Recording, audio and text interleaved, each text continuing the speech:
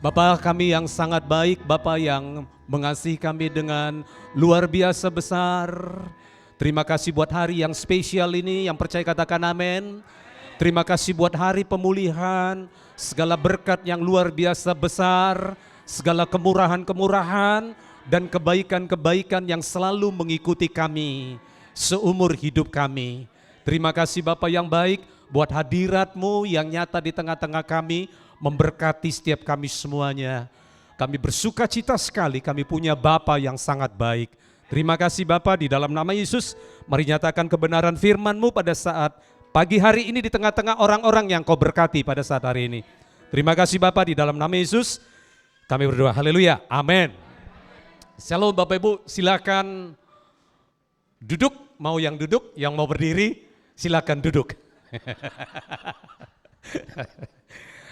Saya senang sekali hari ini kita bisa bersama-sama kembali bersekutu dengan Bapak kita yang sangat luar biasa, amin.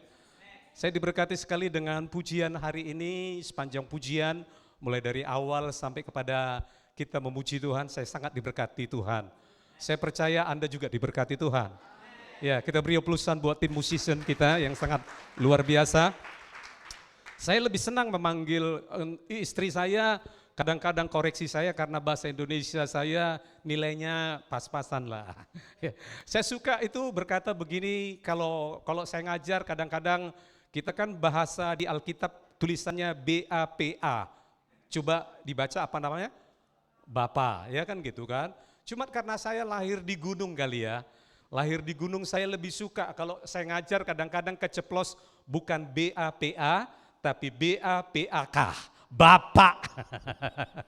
Ya, jadi saya suka berkata, Bapak kita di surga gitu ya. Waktu saat saya khotbah di Jawa, istri saya colek-colek, bagi orang Jawa itu sesuatu yang gak sopan, bilang Bapak gitu ya. Bagi orang Batak itu mantap banget gitu ya. Berapa banyak di sini orang Batak, tolong lambaikan tangan, saudaraku. Berapa banyak di sini yang bukan orang Batak, tolong lambaikan tangan. Ya, yang bukan orang Batak, yang bukan orang Batak. Wah, sedikit banget ya. Anda udah tahu ya, di dunia ini hanya ada dua suku. Di dunia ini hanya dua suku. Suku yang pertama itu adalah suku Batak, dan suku yang kedua itu adalah suku yang bukan Batak.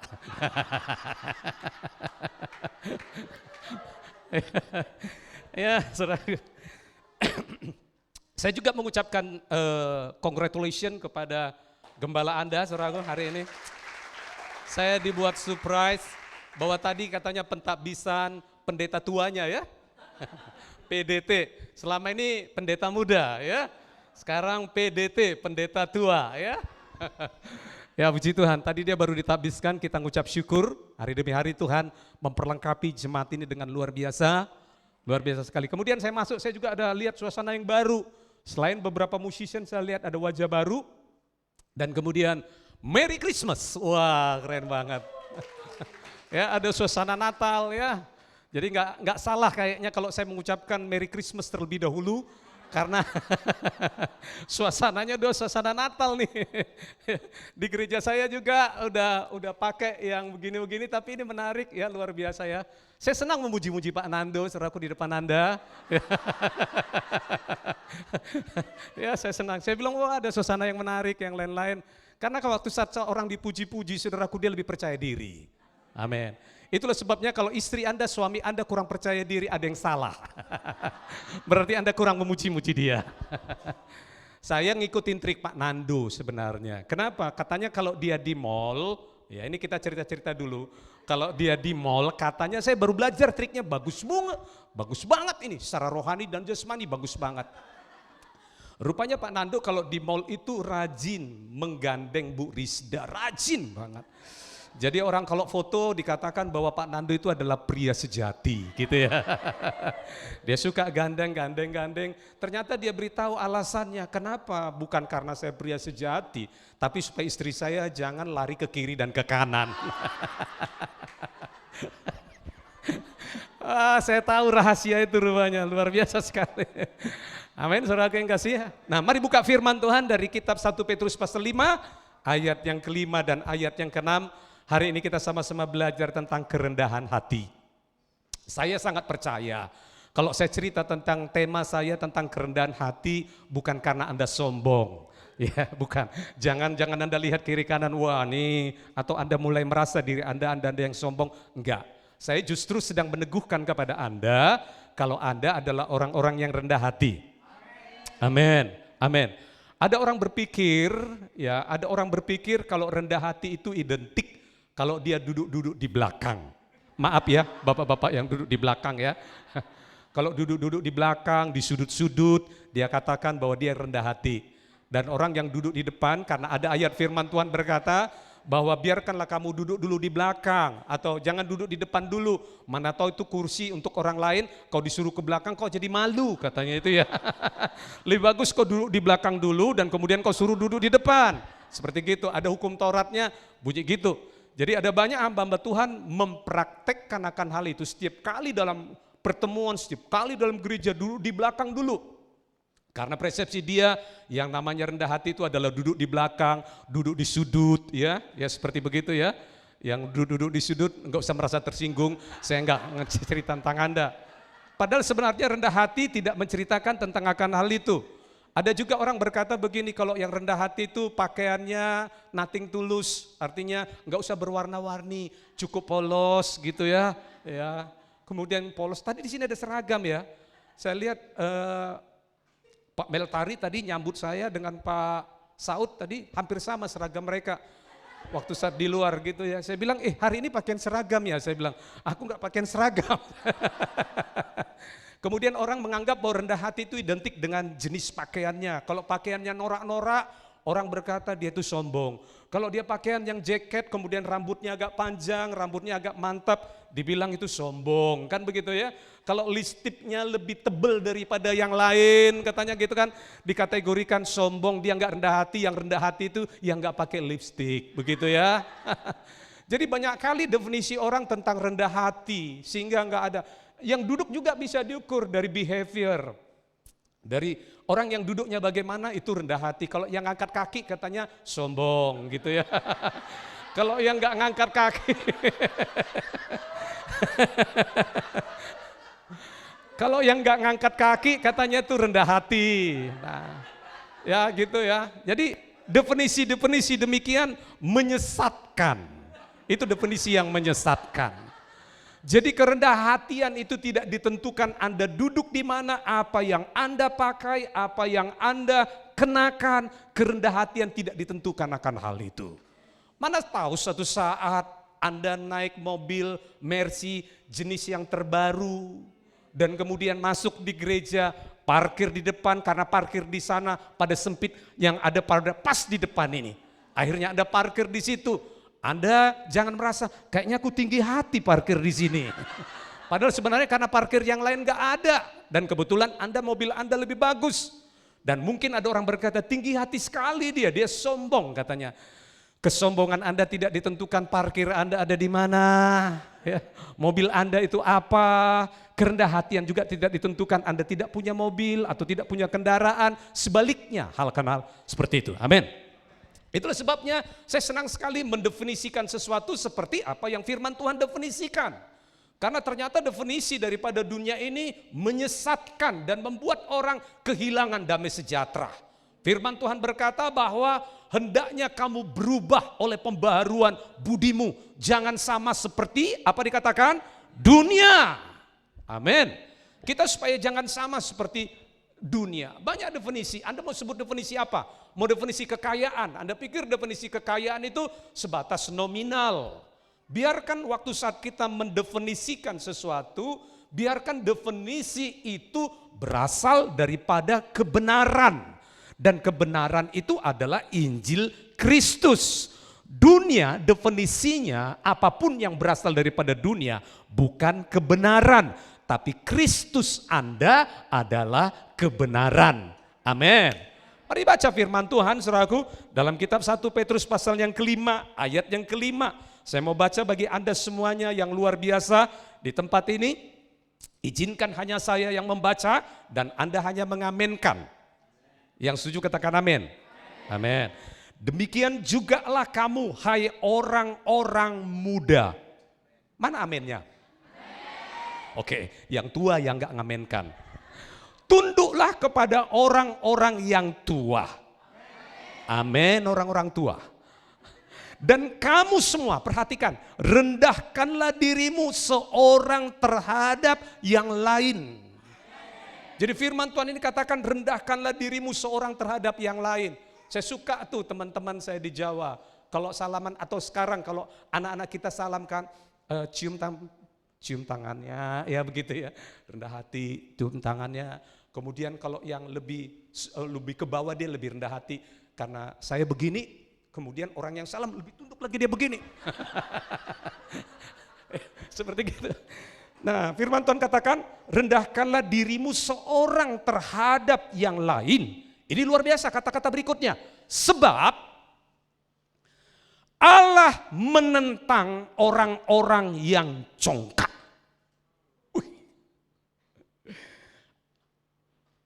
Tetapi mengasihi orang-orang yang rendah hati. Ayat yang lain berkata, Allah merendahkan orang-orang yang congkak, merendahkan orang-orang yang congkak, dan meninggikan orang-orang yang rendah hati. Twist. Kok nggak ceria wajah Anda? Anda merasa diri Anda congkak atau rendah hati? Harusnya Anda berkata yes, kan gitu kan. Saya kan tadi dari awal udah bilang, Anda itu orang yang rendah hati. Kan saya tadi udah bilang di awal seperti begitu. Cuma problemnya kita ini terlalu cenderung selalu negatif. Cenderung. Mulai dari kita lahir, mulai daripada apa yang diajarkan turun-temurun, cenderungnya kita ini negatif. Contoh, banyak orang lebih sadar kalau dia orang berdosa. Daripada sadar kalau dari Yesus sudah membenarkan dia. Lebih sadar bahwa dia orang berdosa. Daripada mempercayai kalau Yesus dengan darahnya yang kudus sudah membenarkan. Berapa banyak di sini adalah orang yang sudah dibenarkan. Amin. Haleluya. Amin. Jadi artinya jangan ngikut pola pikir dunia ini yang diwariskan oleh Adam. Yang cenderung pikirannya selalu konotasinya negatif. Misalnya tadi kita bicara tentang orang yang congkak, orang yang rendah hati. Anda langsung bilang, jangan-jangan aku orang yang congkak itu. Padahal Anda dan saya itu orangnya rendah hati. Kenapa? Sumber kerendah hatian itu telah hidup dalam dirimu, yaitu Yesus. Amin. Kalau ada manifestasi-manifestasi kesombongan dalam diri Anda, itu bukan diri Anda yang sesungguhnya. Kalau ada manifestasi-manifestasi kecongkakan dalam diri Anda, sekali lagi bukan aku itu bilang gitu. Bukan aku itu. Kan ada anak kecil begitu. Dituduh sama mamanya dia, kenapa kau jahat kali? Anak kecil tuh tahu. Bukan aku itu mak, katanya gitu. 2 tahun yang lalu kan viral video itu, benar ya? Bukan aku itu mak, apa dikatakan? Otakku itu mak, katanya. Ya jadi saudaraku perhatikan, Anda bisa bedakan siapa Anda yang sebenarnya dan siapa Anda yang kadang-kadang memanifestasikan sesuatu yang bukan sebenarnya diri Anda. Jadi ayat ini berkata, Allah menentang orang-orang yang congkak, tetapi mengasihi orang-orang yang rendah hati. Ayat yang lain berkata bahwa Allah merendahkan orang-orang yang congkak dan meninggikan orang-orang yang rendah hati. Tahun 2023 hari-hari ke depan saya senang, terus senang. Setiap kali saya hadir, saya senang dengan statement iman Anda. Hari ini adalah hari yang terbaik. Amin. Harusnya Anda katakan juga besok jauh lebih baik daripada hari ini. Makanya setiap hari adalah hari yang luar biasa baik. Amin. Nah perhatikan, sekarang apa yang dimaksud dengan rendah hati ini? Ayat yang ke-6 menjelaskan. Ayat yang ke-6 berkata, karena itu rendahkanlah dirimu di bawah tangan Tuhan yang kuat. Jadi saudaraku yang kekasih, orang yang rendah hati itu posisinya di bawah tangan Tuhan yang kuat.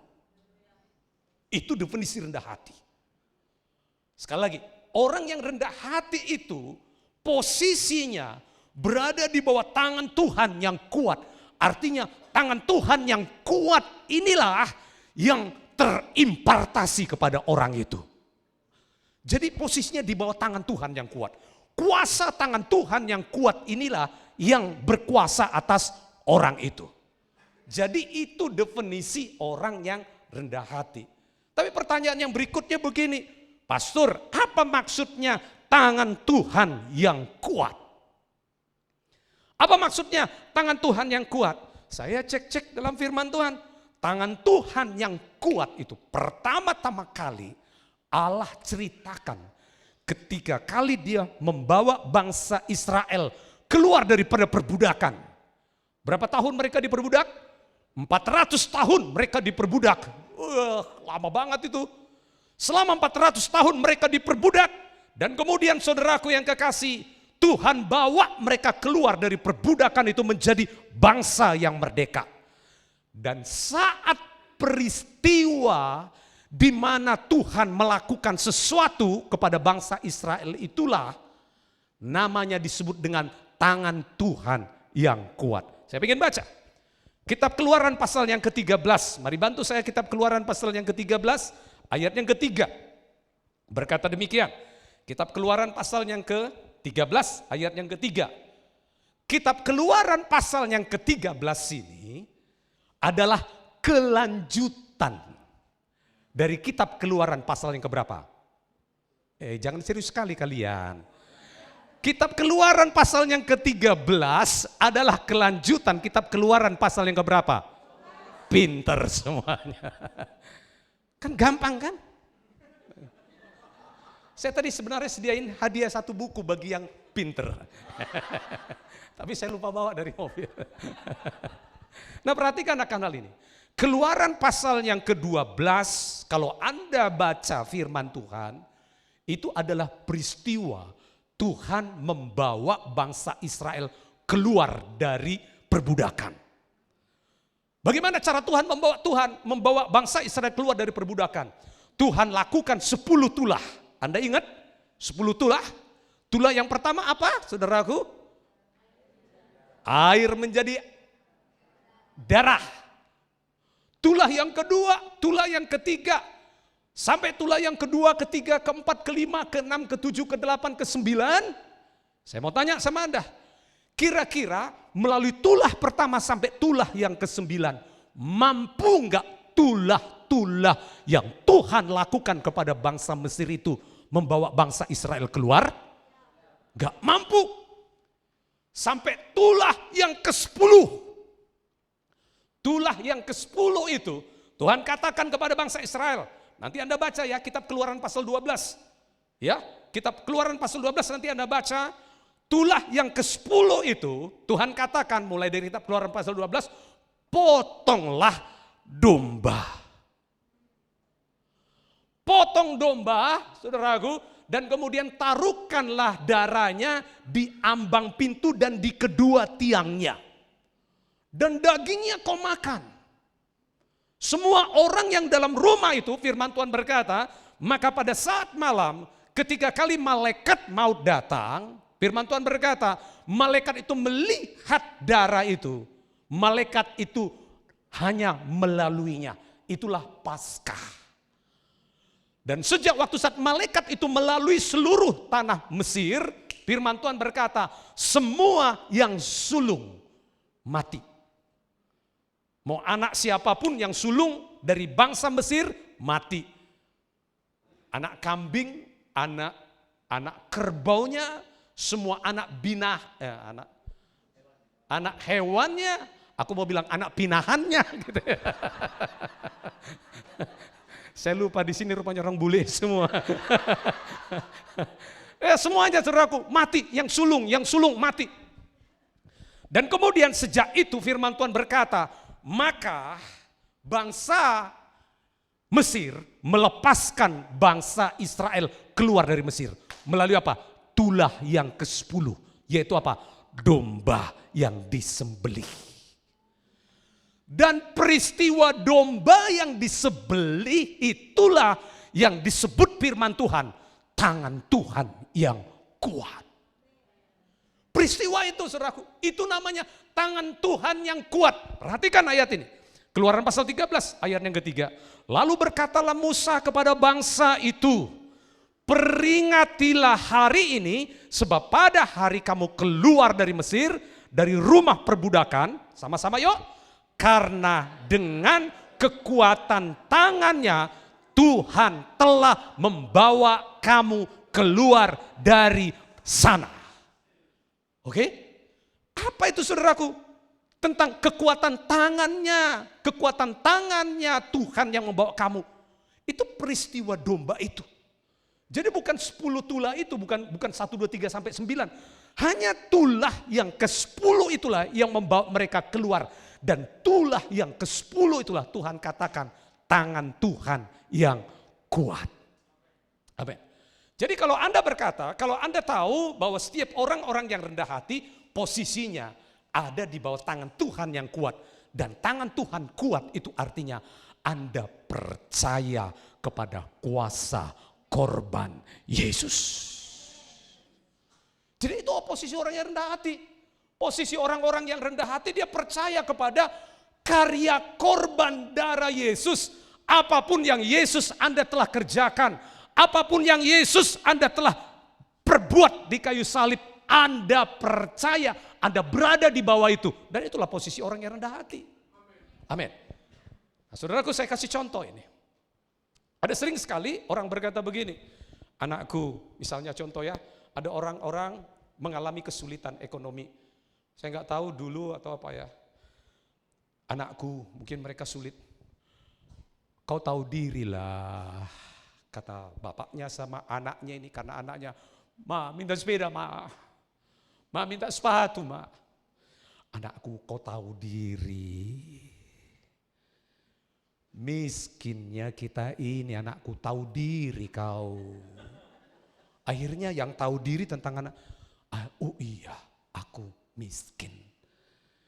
Kenapa kita, saya mau tanya, saudaraku yang kasih, firman Tuhan berkata, dia yang kaya rela menjadi miskin karena kita, supaya oleh kemiskinannya kita diperkaya oleh Tuhan.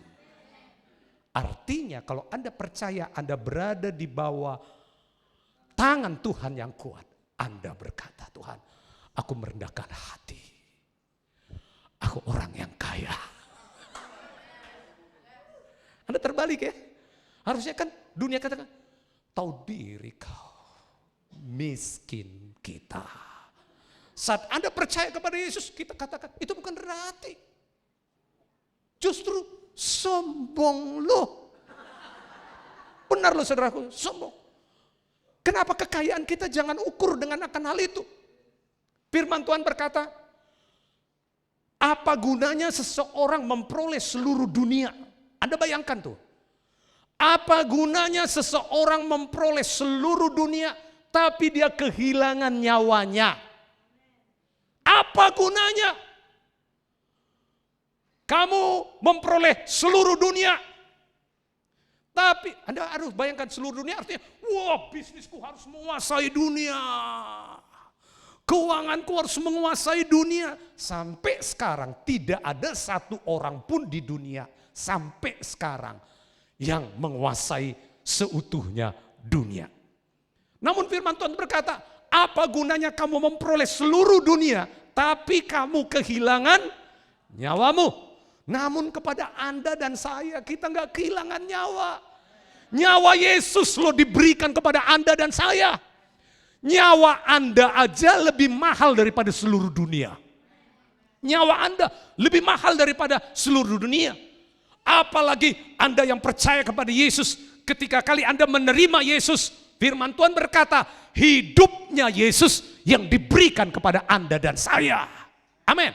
Saat hidupnya Yesus diberikan kepada Anda dan saya, Anda lebih kaya daripada dunia ini. Amin. Jadi Anda melihat Yesus, sehingga Anda berkata dalam kerendahan hati Anda, makasih Tuhan, aku orang kaya.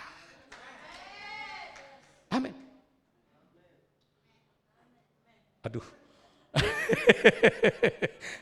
Oke ya, saudaraku yang lain. Jadi, nah contoh lagi yang lain. Contoh yang lain. Mari baca firman Tuhan. Bantu saya, kitab Kolose pasal yang kedua, ayat yang ke-13. Kolose pasal yang kedua.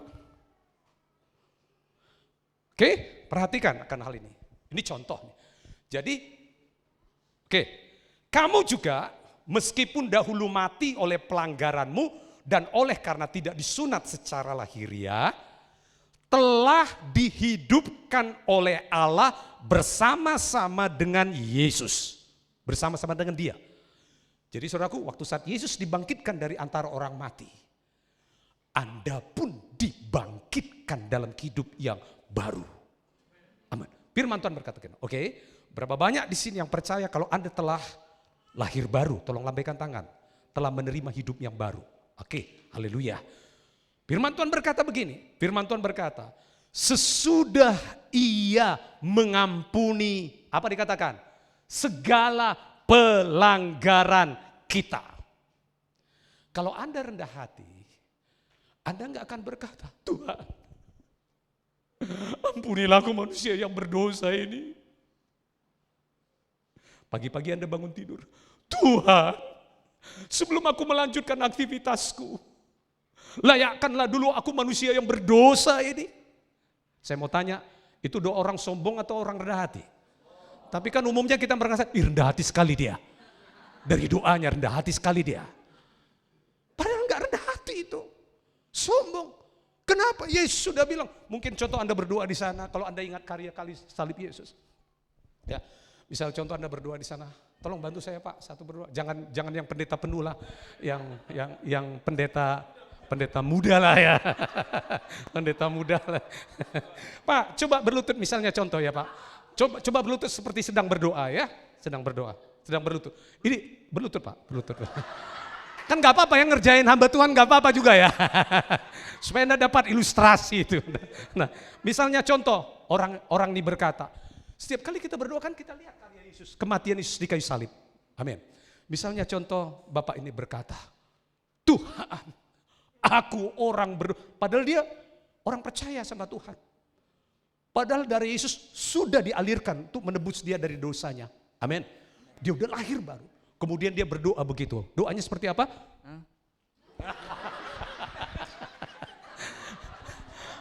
Doanya, Tuhan, aku orang yang berdosa ini. Katanya gitu. Ya. Tuhan, ampunilah aku yang orang yang berdosa ini. Gitu. Oke, nggak biasa. Ini contoh. Oke, saudara perhatikan. Ketiga kali Yesus di sini, yang sudah menyucikan dia daripada segala dosanya. Bilang apa saudaraku kira-kira? Kalau Yesus seperti Anda, sombong banget lelo. Gua udah sucikan, tapi kau nggak ngerasain, kau nggak percaya kalau darahku sudah menyucikan. Kalau Yesus seperti Anda, dia akan bilang, sombong banget lin orang. Ya kan gitu kan? Karena firman, udah cukup Pak, jangan lama-lama Pak, cukup. Makasih ya Pak, makasih. Nah, saudaraku perhatikan, firman Tuhan kan berkata begini. Sesudah ia mengampuni segala pelanggaran kita. Kalau Anda berpikir dosa Anda ada yang belum diselesaikan oleh darah Yesus, firman Tuhan berkata, itulah orang-orang yang congkak. Firman Tuhan katakan dia nggak dapatin apa-apa. Dia tetap dalam posisi yang gak berkemenangan. Karena firman Tuhan berkata, Tuhan akan mengangkat orang yang rendah hati, tapi akan merendahkan orang yang congkak. Tapi kalau Anda berkata apa? Seandainya pun Anda lemah, seandainya pun Anda sedang jatuh dalam dosa, kejatuhan Anda dalam dosa, saudaraku yang kasih, tidak akan mengambil identitas Anda yang sebenarnya, bahwa dia yang telah menyucikan Anda sekali untuk selama-lamanya. Katakan amin. Ya bukan berarti kita harus berdosa. Enggak begitu. Ada orang tanya sama saya, Pastor, kalau gitu kita enggak apa-apa dong berbuat dosa. Firman Tuhan katakan enggak begitu. Kenapa? Saat kita percaya pada Yesus, Coba Anda perhatikan ini. Kan kita menerima hidupnya Yesus hidup dalam diri kita. Kadang-kadang orang berpikir, oh kita dosa kita sudah diampunin. Kita bebas-bebas saja. Karena Anda nggak nangkap. Anda berpikir dosa Anda diampuni, tapi hidup Anda tidak diubahkan. Anda berpikir begitu.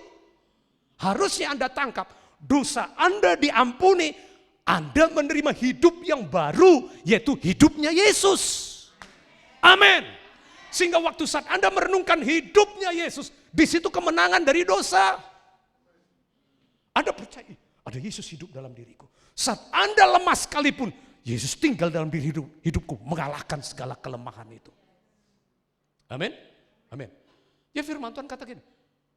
Jadi kita perlu sekali yakin banget kalau Anda dan saya di dalam Kristus tidak ada satu dosa apapun yang belum diselesaikan oleh darah Yesus.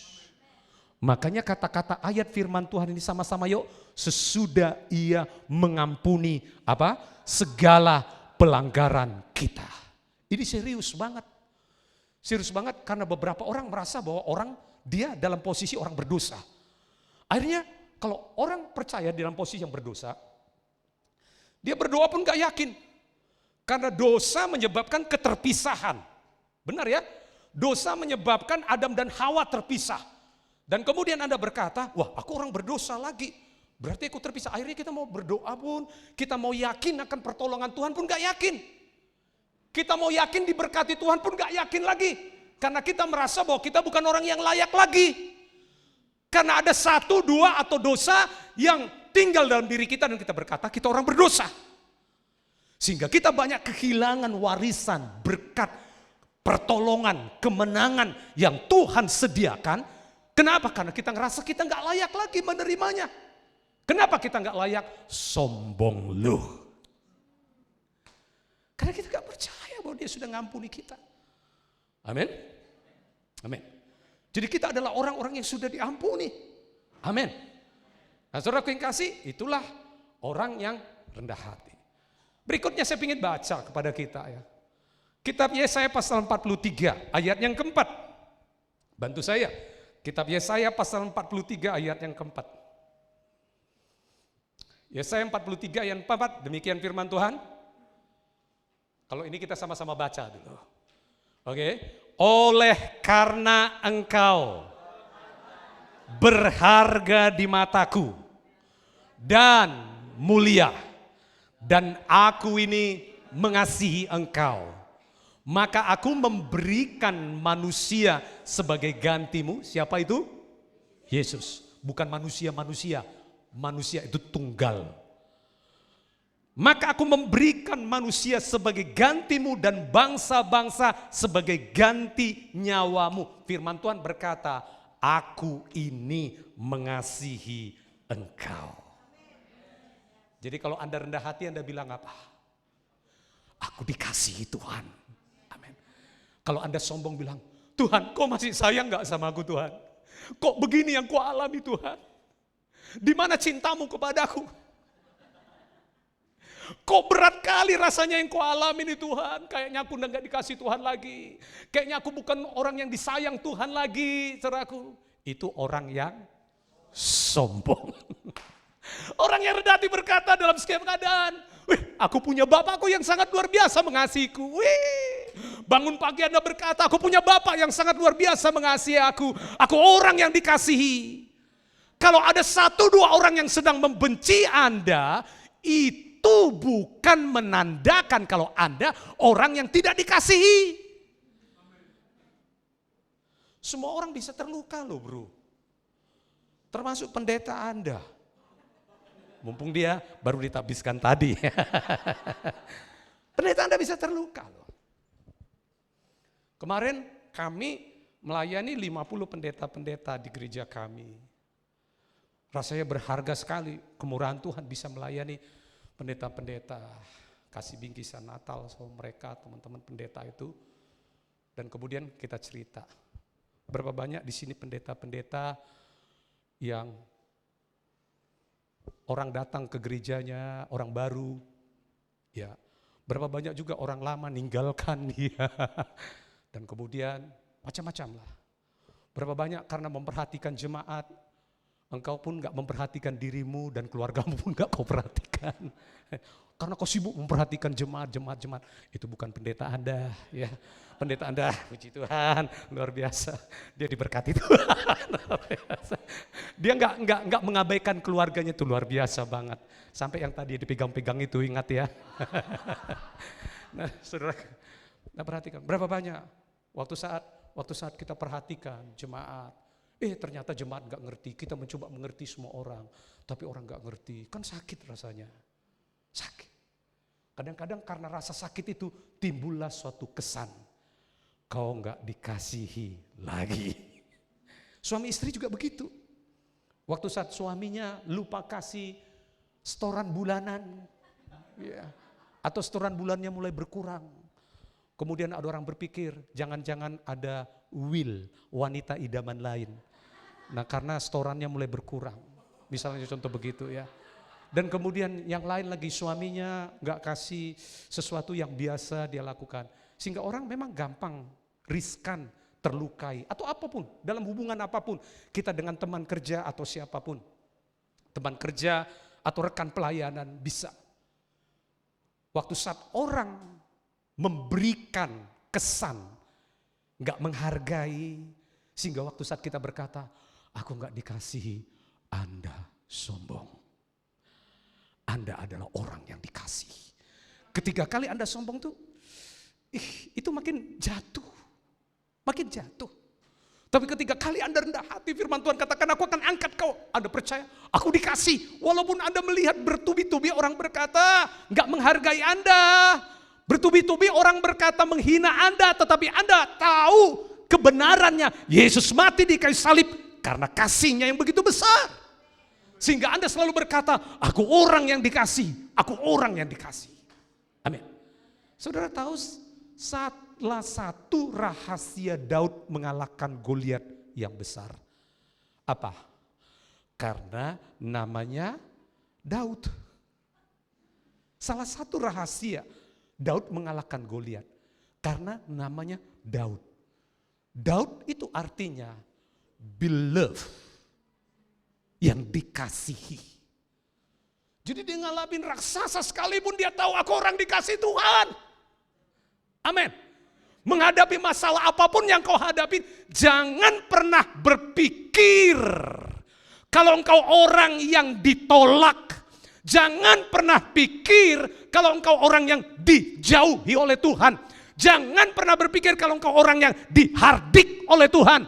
Jangan pernah berpikir kalau engkau orang yang sedang dimurkai Tuhan. Jangan pernah berpikir kalau engkau orang yang sedang dimuntahkan oleh Tuhan. Enggak, ada orang yang sangat dikasihi oleh Tuhan. Amin. Itulah sebabnya firman Tuhan katakan, aku akan tinggikan orang-orang yang rendah hati. Sehingga dalam persoalan apapun Anda berkata, Tuhan, Bapakku, Engkau mengasihi aku orang yang dikasihi. Amin. Jadi kalau Anda jabatan tangan kiri kanannya, perkenalkan dirimu siapa? Orang yang sangat dikasihi oleh Tuhan. Amin. 5 kali loh dalam kitab Yohanes.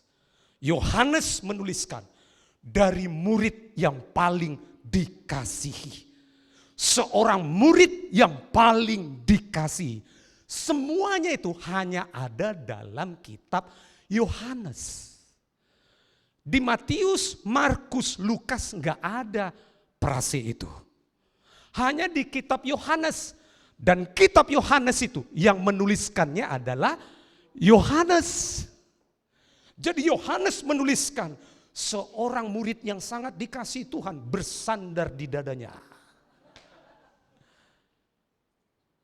Lalu matanya memandang kepada murid yang paling dikasihi Tuhan. Dia itu yang nulis, maksudnya dia. Dia orang yang paling dikasihi oleh Tuhan. Harusnya Anda juga berkata demikian. Aku orang yang sangat dikasihi oleh Tuhan. Amin. Jadi lihat kaca pagi-pagi. Jangan salahkan kaca itu, jelek kali kau. Gak usah lagi Anda berkata aku orang yang paling dikasihi oleh Tuhan. Amin. Aku orang yang paling, itu rendah hati bro. itu rendah hati. Amin. Saya ingin baca hal-hal yang lain. Efesus pasal yang kedua, ayat yang ke-13. Saya ingin beberapa kasih contoh tentang akan hal ini. Nanti Anda bisa gali contoh-contoh yang lain. Artinya tangan Tuhan yang kuat, Anda percaya kuasa korban darah Yesus. Apa yang terjadi melalui korban darah Yesus? Pada posisi di bawah itulah Anda berada. Dan Tuhan akan angkat kita. Amin. Firman Tuhan katakan, Efesus pasal 2 ayat yang ke-13. Tetapi sekarang di dalam Kristus Yesus, kamu yang dahulu, apa dikatakan? Jauh. Kalau bahasa yang lain berkata alien. Alien itu makhluk asing. Anda lihat ada makhluk asing yang seganteng gembala Anda enggak? Enggak apa-apa, dia aja terus ya. Ya. Anda pernah lihat makhluk asing yang seganteng orang-orang di gereja? Enggak, pasti jelek kali dia. Enggak menarik.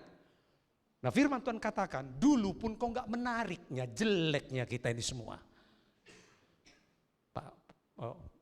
Pak Jo itu sering bilang, jeleknya kita semua. Nah firman Tuhan berkata, tetapi sekarang di dalam Kristus Yesus, kamu yang dahulu jauh, sudah menjadi apa dikatakan? Dekat oleh darah Yesus. Jadi jangan Anda pikir, Tuhan kok rasanya jauh kali lah kau hari ini Tuhan. Kok gak kurasakan hadiratmu, udah kutarik kunci GC. Kok rasanya jauh sekali ya. Kalau dulu baru kunci A, udah rasa dekat. Sekarang udah A, B, C, D, E. Udah kukeluarkan semua jurus, kok kau merasa rasa jauh. Aku juga udah berdoa Tuhan, aku udah berteriak-teriak. Dulu aku setengah teriak aja, engkau sudah menjawab. Aku udah teriak kencang-kencang, kok kau gak menjawab. Tuhan kau serasa jauh sekali. Sombong loh. Saudara, Tuhan dekat sekali dengan kita. Amin. Dekat sekali. Anda mau di kendaraan, Anda sambil kerja, sambil jualan, Anda sambil melakukan aktivitas Anda apapun. Bapamu di surga itu bersama-sama dengan kita. Dia dekat dengan kita. Dia pengen mengungkapkan kasih dan perhatiannya kepada kita.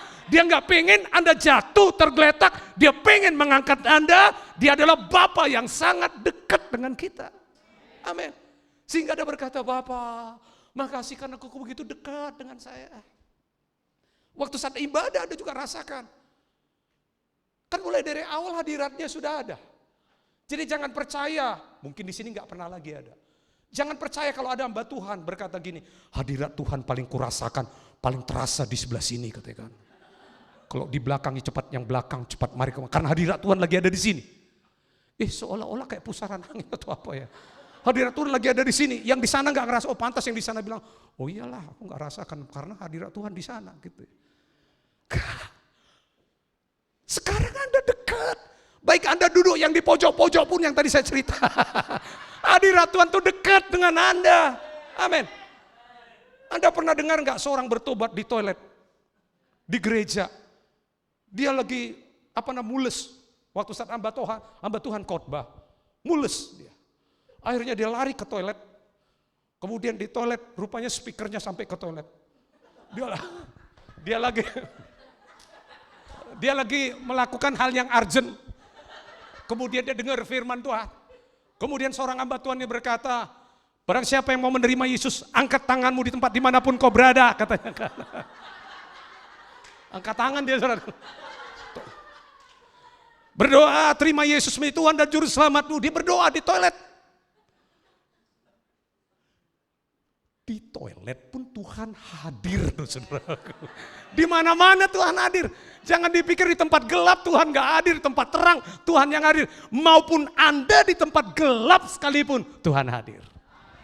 Saya pernah ke Silalahi. Berapa banyak di sini yang pernah Silalahi? Ada yang pernah ya ke Silalahi ya? Pernah ya Silalahi ya. Saya pergi ke Silalahi, di sana kan banyak pohon beringin. Kemudian cerita orang-orang, kalau pohon beringin itu lagi goyang-goyang, semua orang lari dari situ. Gitu ya. Semua lari. Kemudian beberapa misionaris pergi ke sana, goyang-goyang, lari juga. Gitu. Kemudian kan kita cerita, kenapa lu yang lari bro? Itu goyang-goyang karena mereka bersuka cita karena menyambut kamu. Bukan roh-roh itu gentayangan, pingin menyerang kamu, pingin menyerang. Kok nggak bisa diserang bro, kecuali pikiranmu yang diserang. Lebih bahaya daripada serangan, santet, opo-opo. Ya, lebih bahaya daripada itu adalah peperangan di dalam pikiran kita. Bukan itu semua. Padahal sebenarnya dia sedang goyang-goyang. Terima kasih ya kau datang ke Silelahi gitu ya. Terima kasih, pohon-pohon beringin tuh goyang-goyang. Jadi kalau Anda lihat malam-malam pohon-pohon tuh goyang-goyang, artinya di pohon-pohon kan setiap orang yang membawa kabar baik, dia kata, pohon-pohon akan bertepuk tangan, pohon-pohon akan bertepuk tangan. Jadi lihat aja mereka sedang tepuk tangan menyambut Anda. Welcome, selamat datang. Kalau Anda pulang kampung, kemudian pohon-pohon yang orang bilang sangar, yang lain sedang goyang-goyang, bilang sama orang kampung itu, dia sedang welcome. Menyambut orang yang akan membawa kabar baik. Firman Tuhan kan katakan gitu, pohon-pohon akan bertepuk tangan. Ya, waktu saat kau membawa kabar baik itu. Nah sekarang perhatikan akan hal ini. Jadi ini orang yang rendah hati. Sebenarnya banyak sekali. Contoh yang lain. Saya ingin ini contoh yang terakhir kali ya, contoh yang terakhir. Kemudian 2 Korintus pasal yang kelima, ayat yang ke-17. Ini contoh-contoh aja. Artinya waktu saat Anda menempatkan Anda sebagai orang yang rendah hati itu. Kitab 2 Korintus pasal yang ke-15 berkata gini, ayat yang ke-5 ayat ke-17. Oke, firman Tuhan berkata, jadi siapa yang ada dalam Kristus?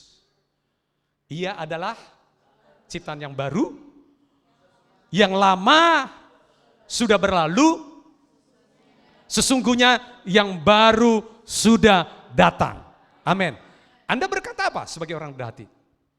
Tuhan makasih Tuhan, yang lamaku sudah berlalu, yang baru sudah datang. Aku adalah ciptaan yang baru. Saat Anda lemah pun Anda berkata demikian. Makasih Tuhan, aku adalah ciptaan yang baru di dalam Engkau. Yang lamaku sudah berlalu, yang baru sudah datang. Nah firman Tuhan katakan dia angkat orang-orang yang rendah hati ini. Amin, Saudara yang kasih. Jadi Anda juga adalah orang-orang diberkati Tuhan. Anda akan berkata, aku adalah orang yang diberkati Tuhan. Karena firman Tuhan berkata, kita adalah orang diberkati Tuhan. Sehingga Anda nggak mengukur berkat dengan apa yang Anda pakai. Anda mengukur berkat yang terbesar adalah ketika kali Yesus diberikan bagi Anda dan saya. Itu adalah berkat yang terbesar. Itu adalah mujizat yang terbesar. Anda juga berkata begini, contoh, bagus. Ya ini contoh. Ayat yang terakhir deh, ayat yang terakhir. Mazmur pasal 23 ayat yang ke-6. Saya suka sekali ayat ini. Mazmur 23 ayat yang ke-6 berkata demikian. Saya deklarasi ini, kebajikan dan kemurahan belaka akan mengikuti aku seumur hidupku. Amin. Kebajikan bahasa Inggrisnya itu adalah goodness. Kebaikan-kebaikan. Surely, di kata-kata awalnya bahasa Inggrisnya katakan, King James-nya katakan begini. Bahasa Inggris, ada kalau King James dibuka, nah, surely, sesungguhnya, goodness and mercy shall follow me all the days of my life, all the days.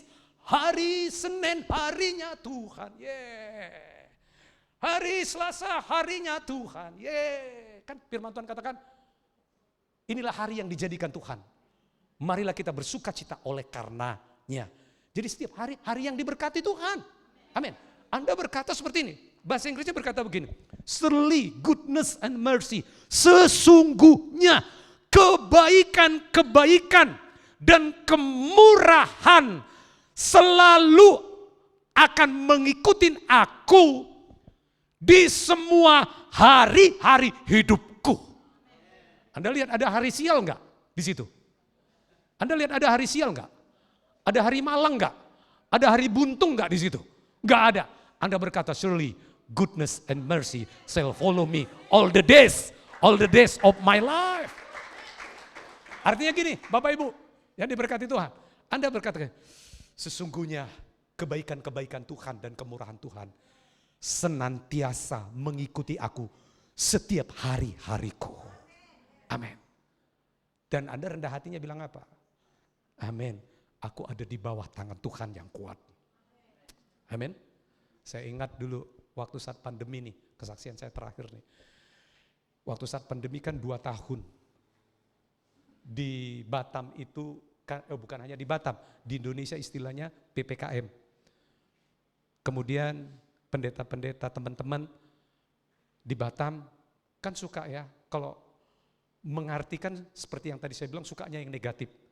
Contoh Batam, bila Anda tiba Anda menyesal, kan negatif. Nah, PPKM diartikan negatif sama teman-teman pendeta. Pendeta bilang apa? Pendapatan pendeta kian menipis. Ya, PPKM. Pengusaha kan bisa juga bikin gitu. Pendapatan pengusaha kian menipis. Pekerja juga gitu. Pendapatan pekerja kian menipis. Anak-anak juga pendapatan peranaan kian menipis. Semuanya misal contoh PPKM. Kemudian teman-teman pendeta tambahin lagi, bukan itu bro, katanya gitu ya, dibahas lagi sama satu pendeta. Persembahan perpuluhan kian menipis. Saya baca itu di grup-grup itu. Saya mau jawab. Sekarang saudaraku pertanyaannya, Anda mau rendah hati, mau sombong atau rendah hati? Kalau Anda rendah hati berkata, Allahku akan memenuhi segala keperluanku menurut kekayaan dan kemuliaannya di dalam Kristus Yesus. Allahku, Anda boleh renungkan itu, akan memenuhi segala keperluanku menurut kekayaan dan kemuliaannya di dalam Kristus Yesus.